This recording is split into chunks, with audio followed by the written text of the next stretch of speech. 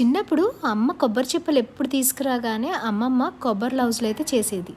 ఎప్పుడు కొబ్బరి లౌజులేనా ఇంకో వెరైటీ ఏమి రాదా అమ్మ అనేటప్పటికల్లా పెద్దమ్మ వచ్చేసి ఎందుకు కొబ్బరి పాలు తీస్తే కొబ్బరి అన్నం వండుకోవచ్చు అని చెప్పి ఒకసారి అమ్మకైతే చూపించింది. అప్పటి నుంచి మా అమ్మ ఎప్పుడు బిర్యానీ వండినా సరే కొబ్బరి పాలతోనే వండేదన్నమాట.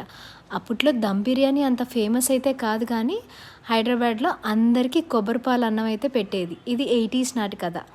దాని తర్వాత నా ఆల్ టైమ్ ఫేవరెట్ అయింది, మా ఫ్రెండ్స్ అందరికీ తినిపించేదాన్ని. ఇప్పుడు మీకు కొబ్బరి పాలు ఎలా తీస్తున్నానో చూపిస్తాను. నెక్స్ట్ వీడియోలో కొబ్బరి పాలతో డైట్ రైస్ ఎట్లా చేసుకోవాలో చూపిస్తాను. కొబ్బరి పాలు తీసుకుంటే మంచిదే కానీ దీంట్లో హై క్యాలరీస్ ఉంటాయి. దీంట్లో అన్ని విటమిన్స్ మినరల్స్ అన్నీ ఉన్నా సరే ఎక్కువ మోతాదులో అయితే తీసుకోకూడదు.